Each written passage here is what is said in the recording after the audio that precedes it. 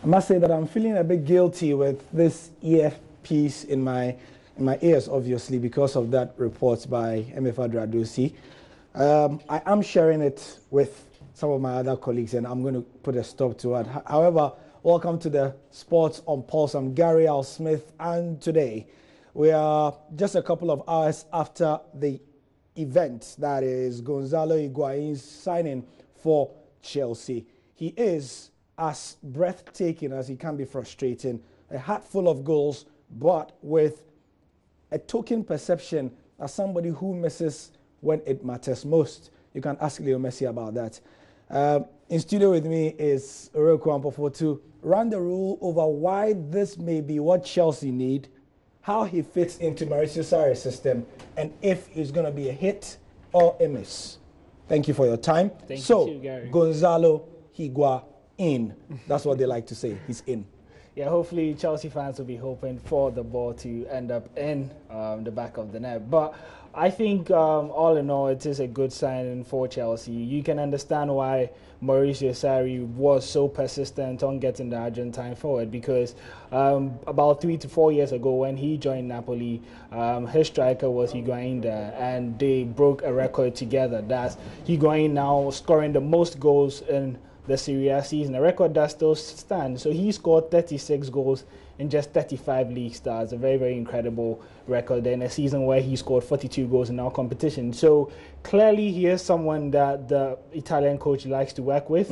They do understand each other. But on the pitch, you do seem to understand why there is that love for Higuain, because his off-the-ball movement is unparalleled, and I think that he has more instinct in front of goal than what Chelsea had at the beginning of the season, in the likes of Olivier Giroud, Morata, and even in Hazard, who started up front. And I'm going to use the game against Arsenal as a little review to what I'm going to talk about, because you watch that game and you realize that Chelsea were pinned back because they had no outlet, and Eden Hazard in that false nine position just didn't offer enough.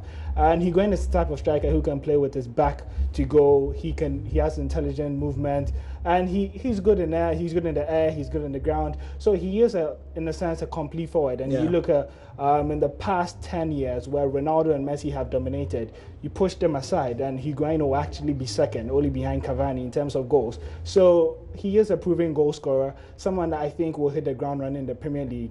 I know he is also very strong, so you don't expect Premier League defenders to bully him. So I think he would be a big hit for Chelsea, barring that he doesn't suck into the pressure of the Premier League. Well, pressure is something that Gonzalo doesn't really like. If you look at the way he's played, it is true he scored a handful of goals, just over 200 goals in the period that he's played professionally. But he, surprisingly, is a confidence player.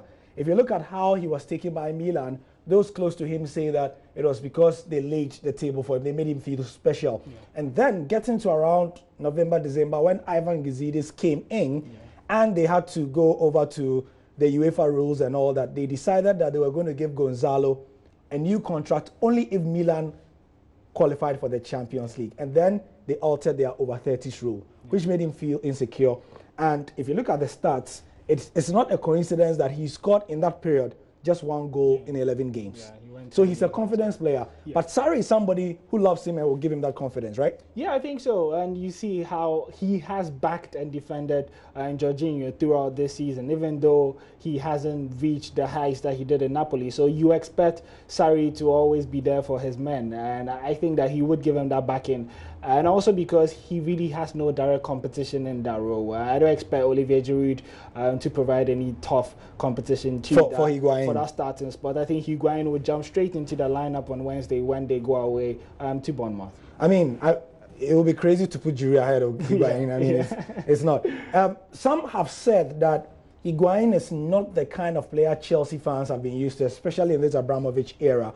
They've gone for the best of the best, but I disagree. I think Higuain is an A-plus striker, like an A-star striker on his day. Yeah, I think so. On his I day, think you can't put him on Messi and Ronaldo levels because he's not a clutch player. For basketball fans. In the vital moments, he's not going to score, but elsewhere he's going to give you a handful of goals. Even now he's come, I'm sure he can do 10 goals before the end of the season. Yeah, I think so. And you look at the type of contract that Chelsea did give him. The only way that loan deal will be extended is if he does reach an amount, some type of performance. So I think he needs to score a certain number of goals and also a certain number of appearances to be able to merit a full-time contract at Chelsea. And I'm sure that he would have one eye on that and will be extra motivated for the Premier League. So that's it for Gonzalo Higuain. Chelsea fans, let's get your thoughts as the season progresses. Meanwhile, Barcelona, 10 years ago, by now, 90 million euros would have got to you Cristiano Ronaldo. 10 years later, it gets you Frankie de Jong. It tells you that life is funny. Barcelona have signed this guy from Ajax. What is the rave around this guy? I think you look at the philosophy of Barcelona and, the whole Johan Cruyff style, keeping possession, the high press, and you look at the school of Ajax, and there are more similarities than differences. So he is a kid who understands a lot about possession and how to recycle the ball, and he wouldn't struggle to settle in an FC Barcelona side. Of course, the question marks then would be the fact that Barcelona has spent over 500 million euros in just 18 months, and that is a big indictment to a club that used to give a lot of options to their youth players in the La Masia. So it leaves some question marks as to what next for the La Masia. But in a very competitive world of football, you need to stay up there. You look at the likes of Manchester City, Real Madrid, Bayern Munich, everyone is signing. So it's always a dilemma as to whether you would give a chance to a player who's not proven or actually go out there into the market and spend on a player who is doing well. But for FC Barcelona, it's a good sign. De Jong claims that he is more of a Xavi type player, very, very big shirt to put on yourself in terms of responsibility. But I think he would be the long-term heir to Busquets. The Sergio. Yeah, I think. But some of him said he will come in place of Gerard Piqué. Yeah, he has played in that centre-back role, but I think I would prefer him in that Busquets role. I think that he does recycle the ball a lot, very confident on the ball. And what I love about him is the fact that he always scans the pitch before he receives the ball. So before he gets the ball, he knows his next move. Like I read of, like Xavi himself. Yeah. When I read Xavi's book, Xavi says that before the ball comes, when he sees that you are passing him, just about 10 years before the ball gets to him, he just scans around. Yeah. So before the ball gets to him, he knows exactly what he's going to do. Yeah. So that's the sort of player you're describing. Yeah, and that's what makes him so press resistant, something that Barcelona do look out for. And I think in terms of prospect, Barcelona look very bright going forward. The likes of Arturo in the midfield, now De Jong joining, and also Alena, who has showed good signs. So good times to be an FC Barcelona fan, but you may still want to think of what next for the La Masia in terms of opportunities. In terms of wage bill, it's pretty interesting as well. So Frankie de Jong is the type of guy who, and when the camera focuses on him, you always see him doing this. He's looking around, checking into the spaces. The ball is coming.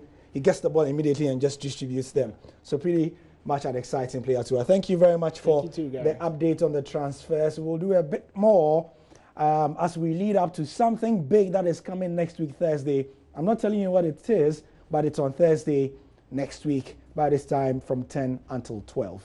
I'm Gary Al Smith and he's Zora Kwampofo. We'll be back shortly with more sport.